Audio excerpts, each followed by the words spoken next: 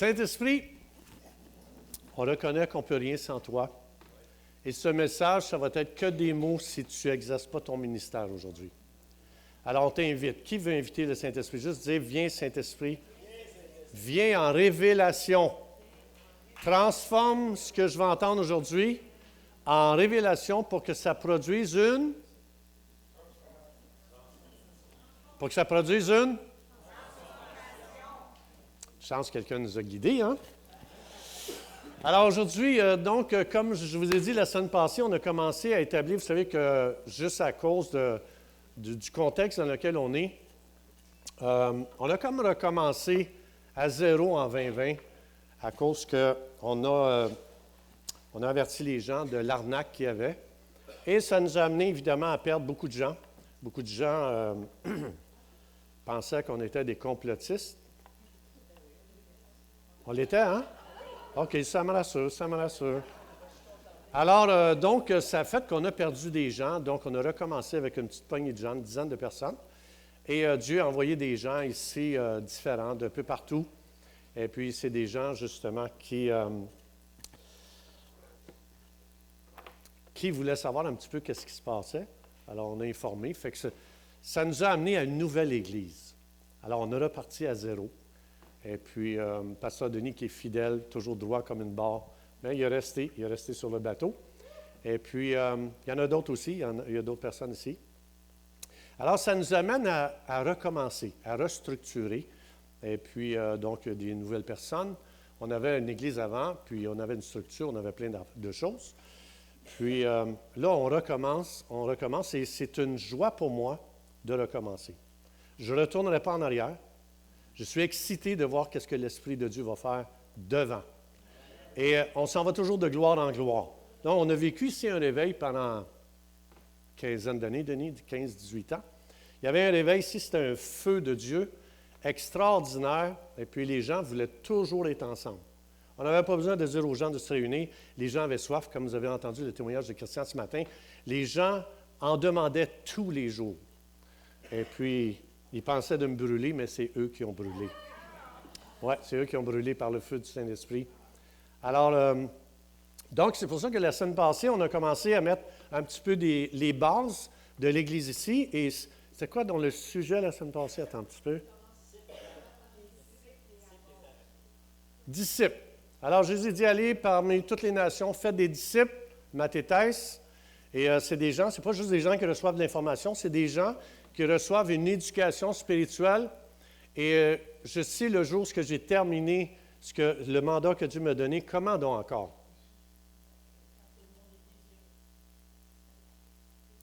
Tant que leur vie n'est pas transformée.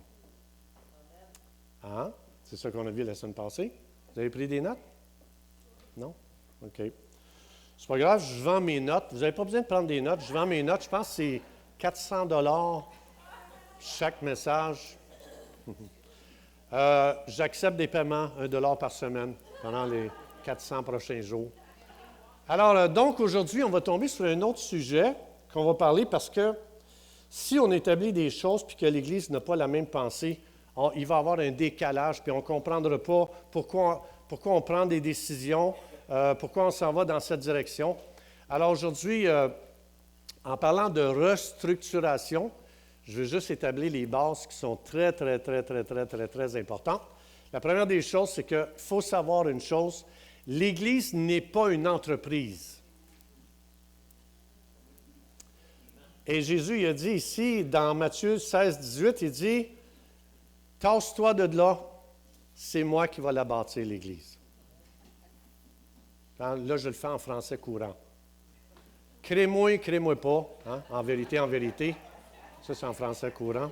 « Crée-moi pas, tu ne bâtiras pas l'Église, c'est moi qui vais la bâtir. » Ce que ça veut dire, c'est que Dieu nous a mis pas dans une entreprise humaine. Il ne nous a pas mis dans une business. Il nous a mis dans une œuvre surnaturelle que Jésus qui peut la bâtir. C'est pas moi, c'est personne. Ça ne dépend pas des habiletés humaines. Ça dépend de ce que Jésus veut faire avec une Église. Ça veut dire que Dieu regarde une location et il dit, j'ai besoin de telle sorte d'église avec telle sorte de gens à cet endroit. Et c'est moi qui vais appeler des gens dans ce lieu parce que je sais les besoins de cette ville. Je connais les besoins dans cette localité et je vais rassembler des gens d'une façon surnaturelle, avec des dons très précis, très particuliers, et ces dons-là doivent fonctionner ensemble pour transformer la ville. Alors c'est ça ici. Donc, l'Église, ce n'est pas un bâtiment, ce n'est pas ce que vous voyez ici, ce sont des gens. Ce n'est pas non plus une institution. Ce sont des gens qui sont rentrés dans le royaume de Dieu par une activité surnaturelle du Saint-Esprit. Ces gens-là ont entendu la voix de l'Esprit, ils ont répondu, ils ont cru en Jésus, et ça dit que Jésus ajoutait chaque jour à l'Église ceux qui avaient de l'argent. Bon, OK. Qui avaient quoi? Qui avaient cru. Aussi simple que ça. Rien de compliqué. Très, très, très facile. Alors, on va regarder la première chose que Jésus a fait. C'est quoi donc que Jésus a fait? Quand Jésus est arrivé sur scène, bon, vous savez qu'il y a eu le baptême, tout ça, mais Jésus il a fait une première activité qui est importante quand on parle de construire ou de restructurer. Oui, c'est vrai qu'il a fait ça. Et bravo Jésus. On a besoin de nouveaux Jésus dans notre génération. Je vais vous le dire, je vais vous donner la réponse. Comme je l'ai dit, moi, je n'aimais pas l'école. J'aimais ça quand mes chums me donnaient toutes les réponses aux examens. Alors, j'ai toujours resté avec ça. J'ai dit, je vais toujours aider les gens. Je vais leur donner les réponses. Jésus appela qui? Ah, c'est comme ça qu'il a commencé. Jésus a commencé à bâtir une équipe. Alors, Jésus, ici, il appelle ses disciples. Il en a choisi combien? Ah, vous êtes bons? Comment vous avez fait pour deviner ça? Et il a donné quel nom à ces 12 personnes-là? Apôtres. Ah, OK. C'est comme ça que Jésus a commencé. Alors, si je vais un petit peu plus loin, si je m'en vais dans les Épîtres, là c'est Jésus, hein? Un petit peu plus loin, ça dit, Dieu a établi dans l'Église quoi? Premièrement, des pasteurs. Non. Des évangélistes. Des prophètes. Des bergers. Des enseignants. Des quoi? Ah! Bravo, exactement, exactement. Tu avais la bonne réponse. Alors, autrement dit que Jésus, qui est un sage architecte comme on ne peut pas imaginer, personne ne va à la cheville de cet architecte divin. Lui, il a dit, la première chose que je dois établir, c'est quoi? Des apôtres. Alors, ma question ici, apôtre, là, apostolos, on va le voir, apostolos, apôtre. C'est-tu Jésus qui a inventé ce nom-là? Qui dit oui? Qui dit non? Qui ne veut pas se faire pogner? Alors, ce n'est pas Jésus qui a inventé ce mot-là. Non. Ce n'est pas lui. On a des écrits d'un orateur à peu près 350 ans avant Jésus. Je vais vous dire son nom, Démosthène. Et puis ce gars-là, c'est un orateur grec. Et lui, il a utilisé ce mot-là. J'ai un vieux livre chez nous. Aussi vieux que chaque personne ici dans l'Église, c'est en 1838. Vieux, très, très vieux. Et lui a fait énormément de recherches. Et en fouillant dans les écrits, dans l'histoire, évidemment, les guerres ont détruit énormément de livres de nos bibliothèques parce qu'on veut toujours faire un reset à chaque guerre. C'est-à-dire qu'ils ne veulent pas qu'on connaisse l'histoire passée pour qu'on répète toutes les erreurs dans l'avenir. Donc, si vous étudiez l'histoire des guerres, vous allez voir, ils attaquaient les bibliothèques, les livres, ils détruisaient tout. Puis on a de la difficulté aujourd'hui à trouver la documentation. Mais ce livre-là, il a passé à travers. Et justement, c'est extraordinaire. ce qu'il y a dans ce livre-là, qui me permet un petit peu de vous donner de l'information aujourd'hui. Alors, ce n'est pas Jésus qui a inventé ce nom-là. Alors, deuxièmement, bon, c'est les prophètes. Troisièmement, des docteurs. Ensuite, ceux qui ont le don des miracles. Puis ceux qui ont le don de guérir, ceux secourir, gouverner, parler en langue, etc., etc. Mais ce n'est pas la priorité. La priorité, c'est quoi encore? Apostolos. Alors, une des significations d'apostolos, je vais vous montrer ça. En tout cas, la définition générale d'apostolos ou apôtre, ça veut dire envoyé. Mais quand Jésus il a choisi des gens, 12 personnes, 12 disciples, qu'il les a nommés apôtres, eux autres, ils avaient exactement l'image que Jésus avait dans sa tête quand il les a appelés comme ça. Et cette image, c'est celle-ci. Ça, c'est l'image que les apôtres avaient. Je pense que c'est comme ça. Alors, la première signification d'apostolos, c'est un terme naval qui décrivait un amiral avec une flotte de navires qui voyageait avec lui et un équipage, je souligne, spécialisé. Et cet équipage-là, il accompagnait l'amiral et il l'assistait. Leur mission, localiser des endroits qui n'avaient pas encore été civilisés. Quand on avait trouvé un endroit qui n'était pas civilisé, l'amiral et tout son équipage spécialisé débarquaient de leur bateau avec toute la cargaison qu'il y avait. Ils s'établissaient dans cet endroit non civilisé. Et là, une fois établis, ils commençaient à travailler en équipe. L'amiral et toute son équipe spécialisée commençaient à travailler en équipe. Et là, un processus de transformation prenait place. Ils faisaient une réplique d'une vie civilisée qu'ils avaient vue avant de partir en voyage avec l'amiral. Ils venaient à cet endroit non civilisé et ils faisaient une réplique de ce qu'ils avaient vu, vécu, expérimenté de là où ils venaient. Donc, ce que ça veut dire qu'ils colonisaient totalement ce territoire non civilisé. Et là, le travail commençait. Là, les gens qui étaient là, qui avaient débarqué, ils commençaient à construire des routes qu'il n'y avait pas dans cet endroit. Ils commençaient à construire des bâtiments qu'il n'y avait pas dans cet endroit. Ils commençaient à apprendre à ces gens à lire, à écrire. Ils les éduquaient maintenant comment fonctionner dans cette nouvelle communauté. Ça veut dire que chaque membre de l'équipage spécialisé établissait une nouvelle culture, une nouvelle communauté pour vivre une nouvelle vie.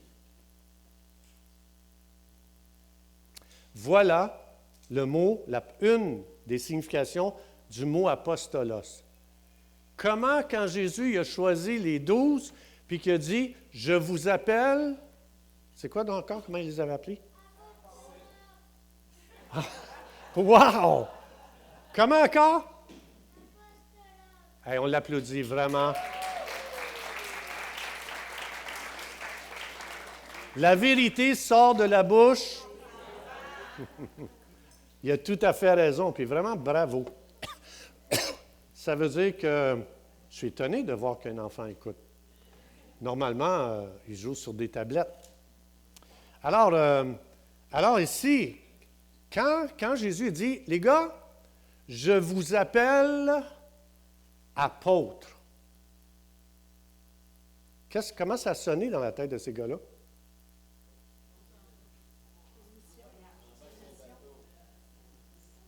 OK. Alors, regardez bien. On va aller voir. Quand Jésus est venu sur cette terre, maintenant, il faut savoir que Jésus, c'est Dieu fait homme, qu'on appelle l'incarnation. Je vais le paraphraser. Le ciel est descendu sur terre. En apportant le ciel sur la terre, est-ce que c'est une culture qu'on connaissait? Alors, je reformule. Jésus est venu parmi des gens non civilisés. Et, ben oui, il a apporté une culture qu'on ne connaissait pas. Il prend la culture du ciel, il l'amène sur la terre. Et là, Jésus dit, il faut que je me choisisse des gens, 12 personnes, que je vais les former sérieusement. Je vais leur donner une formation qui va durer 24 heures par jour, 7 jours par semaine, pendant 3 ans et demi. Et après, pour m'assurer que la mission est faite, je vais leur envoyer le Saint-Esprit. Il va rentrer en eux, il va les sceller et je vais les envoyer sur des territoires non civilisés avec la culture du ciel. Tout endroit que ce n'est pas sur la terre comme au ciel, c'est un endroit non civilisé spirituellement. Alors Jésus, une fois qu'il avait éduqué ces 12 avec une mentalité du ciel, il disait, je vous appelle apôtre, je vais vous envoyer, je vais vous donner une équipe spécialisée et vous allez aller établir la culture du ciel dans ce territoire qui ne connaît pas encore la culture du ciel, qui était comme vous avant que j'investisse en vous, qui avait une mentalité terrestre. Maintenant, vous allez aller établir une mentalité céleste dans la vie des gens. C'est pour ça qu'il fallait qu'ils établissent premièrement des apôtres. Alors Jésus ici, regardez, Jésus commençait à proclamer son message au début de sa vie. Il commence à proclamer un message qui dit « Le royaume des cieux est désormais accessible. Avant que je vienne, il ne l'était pas. » Parce que la culture du ciel n'était pas encore descendue sur terre. Alors Jésus dit « Maintenant, cette culture est venue vers vous. Une culture que vous ne connaissez pas. Vous connaissez le manque de pardon, la haine, la chicane, la dispute, les divisions, la jalousie, l'envie, le meurtre, le vol, tout ce que tu veux, qui n'est pas du tout la culture du ciel. Alors Jésus est venu dire, le royaume des cieux, il est maintenant désormais accessible, parce que je suis venu. Et il va dire ici, ou je vais le dire différemment, le royaume des cieux est suffisamment proche pour être touché, parce qu'il était descendu. Et après avoir formé ses disciples ou des apôtres, il a formé 12 personnes avec complètement une nouvelle culture que la terre ne connaissait pas encore. Alors ici, il va dire, plus loin dans Luc 9,2, Jésus envoya des gens avec une nouvelle mentalité, des apostolos. Alors, il les envoie sur des territoires non civilisés spirituellement. Aux disciples, il les envoie avec ceci. Allez prêcher, quoi? La bonne nouvelle de Dieu. Mais Jésus ici, il dit, le royaume des cieux est désormais accessible. Pour qu'il y ait un royaume, qu'est-ce qu'il faut qu'il y ait en tête? Un roi. Et c'est pour ça, pensez-y comme il faut avant d'aller voter pour faire compétition à Jésus qui est roi. Il est venu établir son royaume. Nous sommes maintenant des établisseurs de son royaume. Chaque fois que je vais voter, je suis en train de mettre un conflit entre Jésus et la personne pour qui je vote. Je n'ai pas d'autre message que Jésus doit être roi dans ce monde. Pas un homme. Je l'ai expliqué dans 1 Samuel 8. Je l'ai expliqué. Quand ils ont voulu avoir un roi, Dieu dit, ils viennent de me rejeter. Quand on veut que des hommes règnent sur nous, on rejette Jésus comme roi. Alors, les croyants, il faut qu'ils sachent ça. On est ici pour établir un autre royaume, non politique, le royaume de Dieu sur terre. En tout cas, aujourd'hui, ce n'est pas ça mon but. Alors, ce que ça veut dire,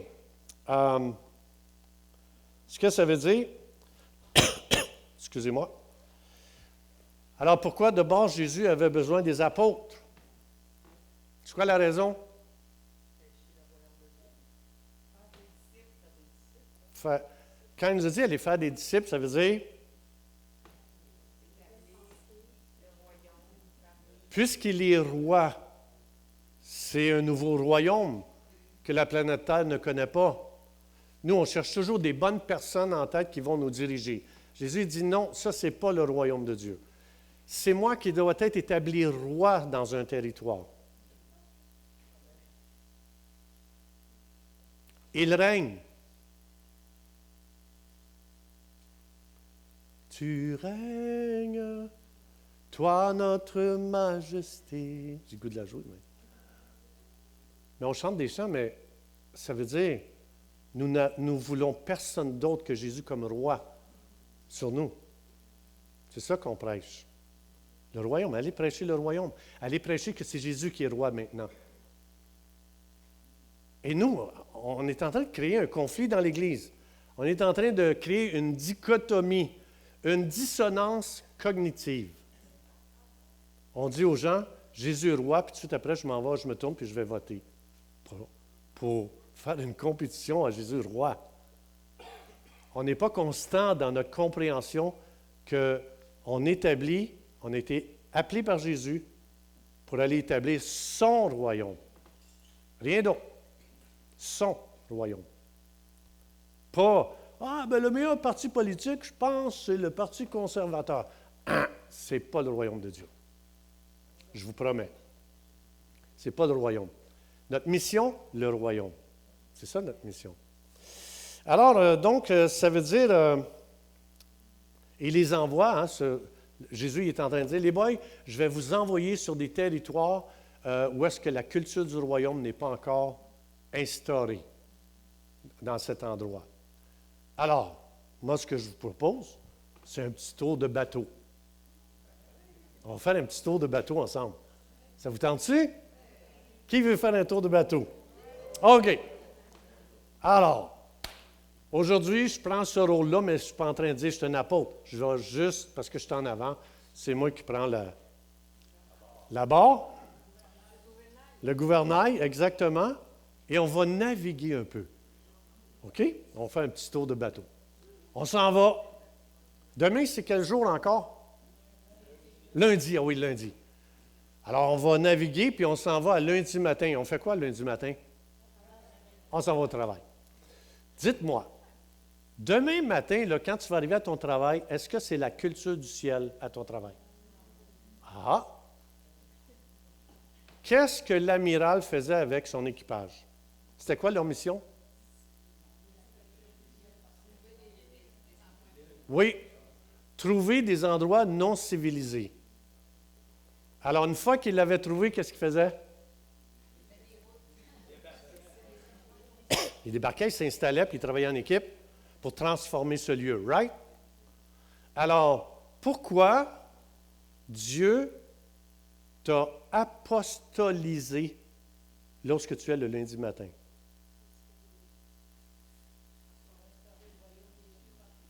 Apostolos veut juste dire envoyer. Pourquoi Dieu m'a envoyé lorsque je suis le lundi matin?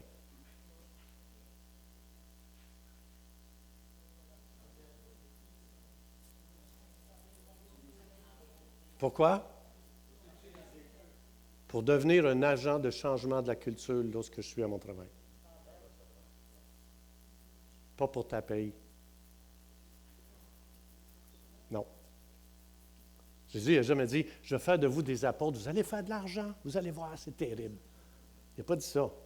Je vous envoie changer la culture lorsque vous allez. C'est ça Jésus qui a dit. OK. Vous n'avez pas l'air convaincu, on va naviguer un peu plus, OK? On navigue, on s'en va ensemble, On cherche un territoire non civilisé. Fait que moi, j'étais à la barre. Pasteur Denis voit, « Hey! Amiral! Quoi? Je pense que c'est un territoire non civilisé. »« Ah oui? Ah oui! Hey, écoute ça, c'est des musiciens, écoute la musique. Highway to hell! Highway to hell! » C'est-tu un territoire civilisé? Ah! Ça veut-tu dire qu'il y a besoin d'un apôtre là? Oui ou non? L'apôtre va aller faire quoi, là, dans le domaine de la musique? Commande. Ah, on l'applaudit, vraiment. Changer la culture. La raison pourquoi Dieu m'a donné une capacité musicale, c'est pour changer ce territoire-là pour apporter la culture du royaume. Bon, là, vous dites, ah ben moi, je ne suis pas musicien. OK, on va faire un autre petit tour de bateau. Vous êtes d'accord? On va-tu plus loin? OK, on s'en va encore, on s'en va en bateau. Puis, je ne sais pas moi, tiens, on va dire, Jean-François, il voit une école. Et à l'école, il voit des drag queens. Jean-François dit, je pense que c'est un lieu non civilisé. Y a-tu raison? Ah? Alors, si cet endroit est non civilisé spirituellement, qu'est-ce que Dieu veut faire? Envoyer des apôtres, des amirals. OK, vous n'avez pas l'air convaincu, on va aller un petit peu plus loin. Êtes-vous convaincu? Même si vous êtes convaincu, je continue parce que j'ai un texte. On s'en va, on navigue encore, on arrive, on trouve un bâtiment de finances. Et ici, on va endetter la population. On va les égorger. On va les voler en impôts. On va les voler en taxes. On va les voler en intérêts. Est-ce que c'est la culture du ciel? Oh! Qu'est-ce que Dieu veut envoyer à ces gens-là? Des apôtres? Ou un autre synonyme d'apôtre, c'est quoi encore? Des quoi? Oui, mais ils font quoi au juste? Ils vont changer la culture. Ils s'en vont établir une nouvelle culture pour créer du royaume, pour vivre une nouvelle vie. Jésus dit, je suis venu pour que vous ayez la vie en abondance. Ça, c'est la vie du royaume. Alors, ce que Jésus est en train de dire, puis là, on pourrait naviguer. Vous dites, ah ben moi, ça c'est loin de moi. OK, on navigue encore, on arrive dans la famille. Là, dans la famille, tu vois de l'adultère. Là, tu vois des femmes battues. Tu vois de l'inceste. Oh, c'est-tu un territoire civilisé, ça? Oh, my land! Il y a donc bien des territoires non civilisés. Alors, c'est exactement ce que Jésus a fait. Il est en train de dire, les gars, je vais vous envoyer dans plein d'endroits non civilisés, y compris dans l'Aigle-Lise. Vous connaissez ça, l'Aigle-Lise? L'Église.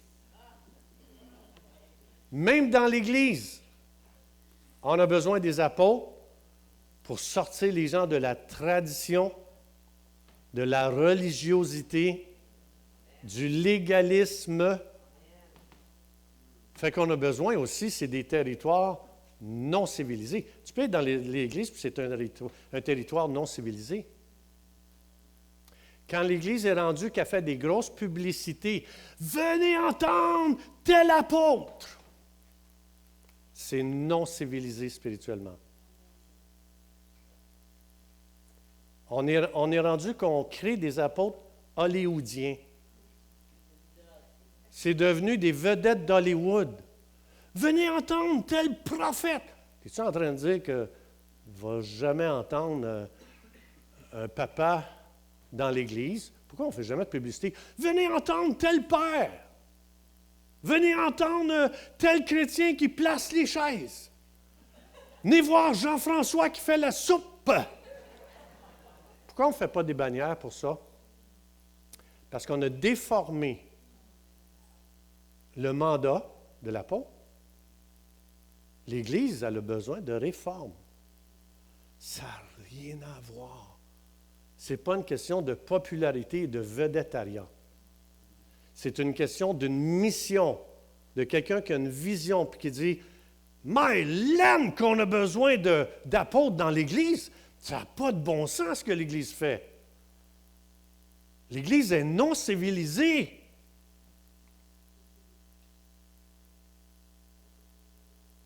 C'est silencieux.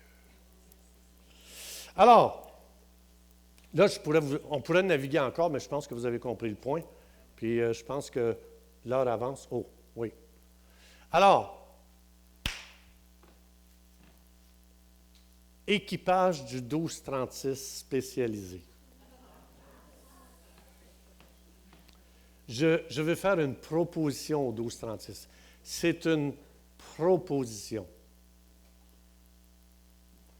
Vous vous souvenez tantôt quand on a vu que l'équipage débarquait avec toute la cargaison, il s'installait. Et ça veut dire que sur le bateau, il y avait toutes les provisions pour transformer ce nouveau territoire. Right? Et eux autres, ce qu'ils faisaient, vous vous souvenez tantôt, j'ai dit, ils construisaient des routes. J'ai fait une proposition au 1236 cette semaine de construire une route pour permettre aux apôtres de s'avancer dans leur mandat. Comment? Bien, toi, tu es spécialisé en prière. Cette semaine, j'encourage les spécialistes de la prière à prier pour que le Saint-Esprit établisse, lève, mandate et oint des apôtres. Vous allez travailler à construire cette route-là. C'est ça qu'ils faisaient. Right? L'équipage, il construisait des routes. Alors, cette semaine, pas 1001 travail, pas 56 000. Spécialiste prophétique. Je te propose cette semaine de prophétiser. Vous savez quand quelqu'un prophétise, ce que ça fait dans le monde de l'esprit? Savez-vous ce que ça fait? Ça veut dire que dans le monde spirituel, tout est en possibilité. Quand on se lève pour prophétiser, nous amenons ce qui est possible dans l'esprit, il devient concret dans le monde physique. Un exemple biblique, juste pour ne pas me faire pogner.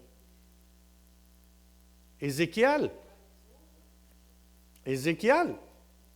Dieu dit à Ézéchiel, qu'est-ce que tu vois?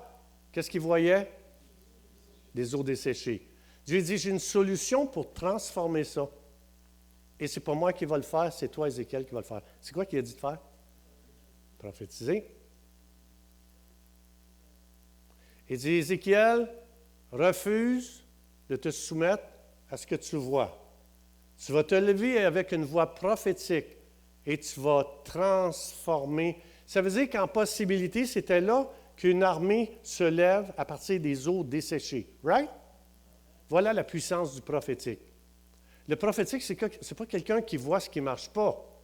Le prophétique, c'est quelqu'un qui comprend que quand il va commencer à prophétiser, la situation morte qui est là va complètement changer.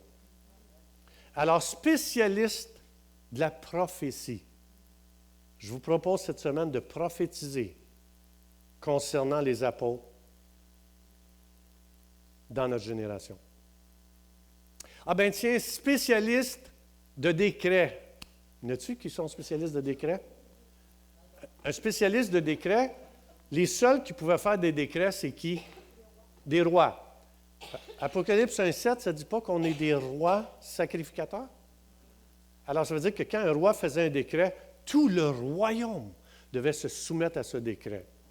Alors, spécialiste, équipage du 1236, vous qui êtes spécialiste des décrets, je vous encourage cette semaine. Je vous propose de faire un décret où est-ce que dans le royaume de Dieu va s'établir des apôtres.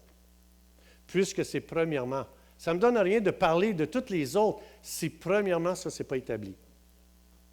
C'est la fondation. Ce n'est pas le pasteur, la fondation. Il n'y a pas de pasteur qui dirige une église dans le Nouveau Testament. Ça n'existe pas. Il n'y a jamais eu un seul pasteur dans tout le Nouveau Testament qui était en charge de l'Église. No way. Structure, nom de Dieu. Alors, c'est pour ça que je veux établir ça comme il faut, premièrement. Sinon, on ne comprendra pas ce qu'on fait, puis on ne comprendra pas ce que Dieu veut faire. Et on ne sera pas capable de s'aligner avec le Saint-Esprit pour ce qu'il veut faire. Alors, je propose à tous les gens spécialisés, c'est ça qui crée une route pour que les apôtres commencent à marcher dans ce à quoi Dieu les a appelés. C'est par des gens prophétiques, des rois, sacrificateurs qui font des décrets, c'est par ceux qui prient, c'est par ceux qui vont intercéder. Vous êtes spécialisé dans l'intercession? Mettez-vous dans la peau. Vous avez le Gabi de DeWitt, le livre qu'on a eu. Vous pouvez vous mettre dans la peau d'un apôtre et de vous repentir, de ne pas vous être levé avant et de commencer à inviter le Saint-Esprit à mettre une onction sur toi pour que tu te lèves. On peut intercéder. Et c'est extraordinaire ce que le Saint-Esprit va faire. Et voilà, je veux féliciter, je veux que vous applaudissiez parce que la Bible dit on a tous été loin de dons spirituels. Et c'est pour ça que l'équipage de l'amiral était spécialisé. Père, dans le nom de Jésus. Saint-Esprit, guide-nous cette semaine en tant qu'équipage spécialisé, que tu nous guides dans nos dons pour qu'on puisse construire une route, pour que les apôtres puissent se lever et commencer à opérer dans l'appel que Dieu a mis sur eux. Qui est d'accord? Amen. Soyez bénis.